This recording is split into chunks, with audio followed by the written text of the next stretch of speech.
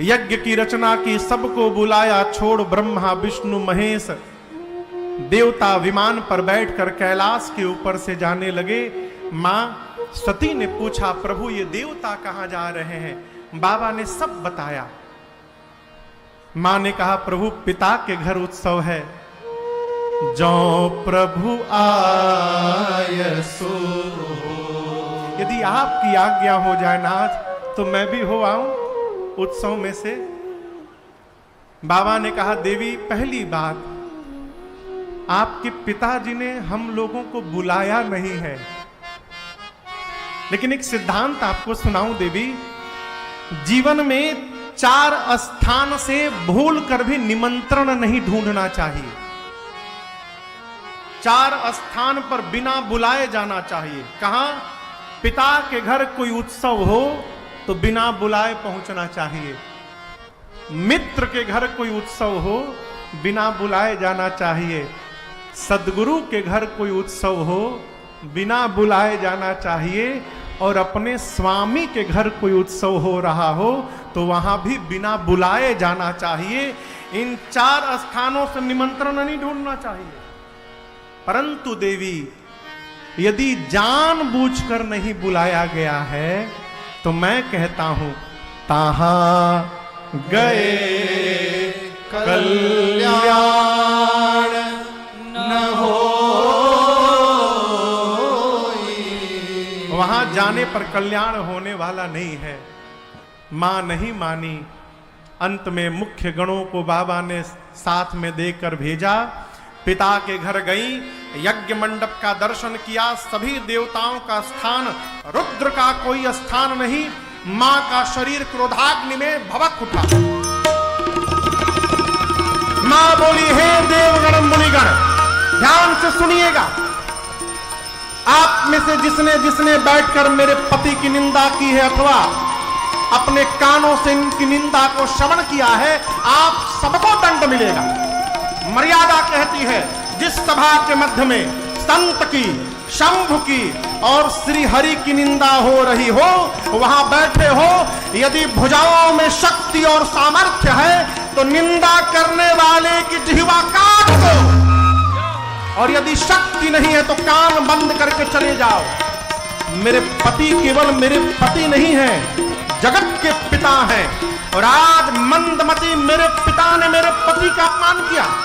आज के बाद मैं इसकी बेटी के रूप में जीवित नहीं रहूंगी।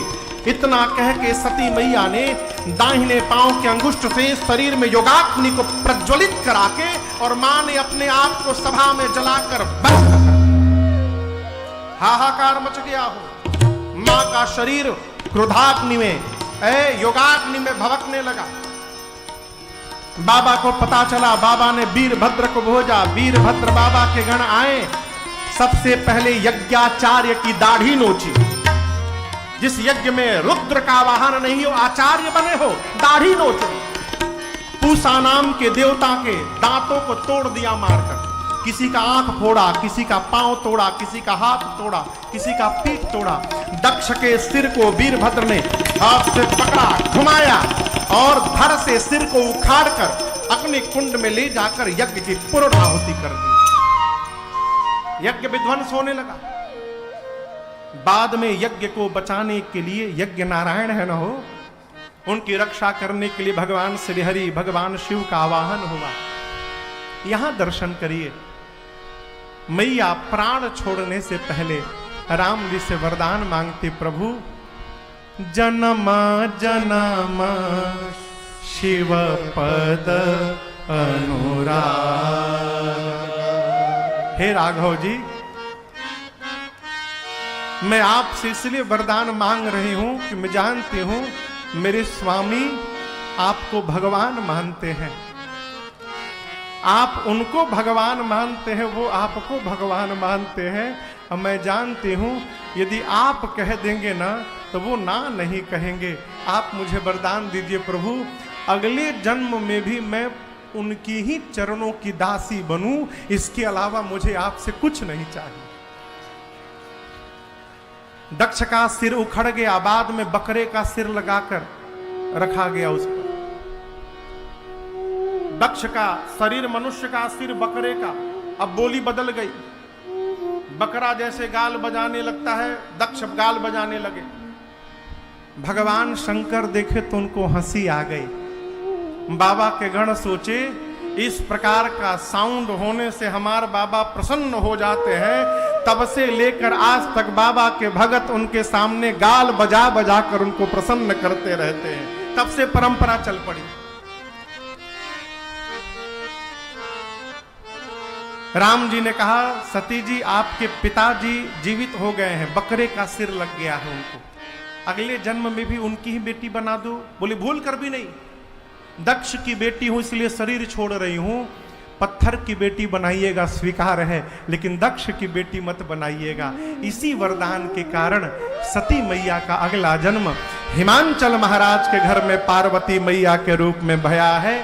आइए एक बार भाव और श्रद्धा से बोलिए पार्वती मैया की जय। नारद जी पहुंचे हिमांचल जी के घर में। हिमांचल जी ने पार्वती जी को बुलाकर कहा, तनिक मेरी बेटी की हाथ की रेखा देखिए तो दोष गुण बताइए। नारद जी बोले, आपकी बेटी समस्त सद्गुणों की खान होगी, उमा अंबिका भवानी नाम होगा, इनका सौभाग्य खंड होगा। संसार की स्त्रियां आपके देवी के नाम, बेटी के नाम का स्मरण करके पातिव्रत धर्म का पालन करेंगी, आपकी बेटी की सर्वत्र पूजा होगी। हिमांचल जी बोले, हम दोष पूछे थे। नारद जी बोले, होगा तब न बतावेंगे, इनमें तो नहीं है लेकिन इनके पति में थोड़ा दिखाई दे रहा है, कहिए उनका बतावे, कहिए। नारद जी स्वरूप है, अगुना अमाना मातु पितु हीना, उदासीना सब संशय छीना। अब यहां एक निवेदन करूं आपसे माई बाप, बात वो नहीं होती जो कही जाती है, बात वो होती है जो सुन के समझ ली जाती है। कहने वाला अपनी चेतना से कहता है, सुनने वाला अपनी चेतना से अर्थ निकालता है। नारद जी बोले अगुण होंगे, यानी सत रज तम तीनों गुणों से परे होंगे, त्रिगुणातीत होंगे। हिमांचल समझ गए उसमें कोई गुण नहीं होगा। नारद जी बोले अमान होंगे, मान सम्मान से परे, हिमांचल समझे उसका कोई सम्मान नहीं करेगा। नारद जी तीसरा और खतरनाक बोले, उनके माई बाप नहीं है, थे अब नहीं है ना, शुरू से ही नहीं थे, मातु पितु ही ना, उदासीन संशय रहित जोगी होगा, उसकी विशाल जटाएं होंगी, नंगा रहेगा, कुछ नहीं पहनेगा, अमंगल रूप बनाकर घूमेगा। मैं नहीं बोल रहा हूं, आपकी बेटी की हाथ की रेखाएं बता रही हैं। हिमांचल मैना रोने लगे, दुख में पार्वती जी रोने लगी, सुख में। मन में सोची जगता है, राम जी से जो वरदान मांगा था वो राम जी ने प्रदान कर दिया है, जो जो लक्षण है सब हमारे बाबा में विद्यमान है। नारद जी से हिमांचल जी थोड़ा साइड में ले गए, किनारे में, बोले कोई उपाय है दुल्हा चेंज करने का, स्कीम, पूजा पाठ, कोई उपाय हो? नारद जी बोले, क्या बोले? कह मुनि सहिमवंत सुनो, जो विधि लिखा लीला, देव तनुज नर नारी, ओम नारद जी ने कहा, मेरे पिता ब्रह्मा जी ने आपकी बेटी के भाग्य में जो लिख दिया है कोई मिटा नहीं सकता। दूल्हा तो यही बनेगा, लेकिन मैं एक बात बोलूं, जो जो मैंने दूल्हे के दोष बताए हैं वो सब शंकर जी में विद्यमान है, और यदि बाबा से आपकी बिटिया का विवाह हो गया ना तो कल्याण हो जाएगा। हिमांचल जी बोले, कैसे विवाह होगा? बोले, यही बताने के लिए आया हूं, यदि पार्वती जी तपस्या करेंगी तो भगवान शंकर अवश्य प्राप्त होंगे। ऐसा सुनकर मेरी मां पार्वती ने कठोर तपस्या की। हजारों वर्ष मां ने वन में जाकर छोटी आयु में तपस्या की। आकाशवाणी ने मेरी मां को वरदान दिया, आपकी मनोकामना पूर्ण हुई भवानी जी। इधर सती मैया का शरीर शांत होने के बाद भगवान शंकर को वैराग्य आ गया। जहां तहां जाकर लगे भगवान की कथा गाने सुनने। एक दिन राम जी प्रकट होकर के बोले, बाबा मैं कुछ मांगूंगा तो देंगे? शंकर जी बोले, आज्ञा करिए प्रभु। राम जी ने कहा, जाए विवाह हो शैलज हे, यह मोहि मांगे दे। मैं मांग रहा हूं, आप जाकर पार्वती जी से विवाह करिए। शंकर जी ने पहले कहा, प्रभु उचित तो नहीं है, लेकिन आपकी आज्ञा शिरोधार्य है। अब यहां दर्शन करिए।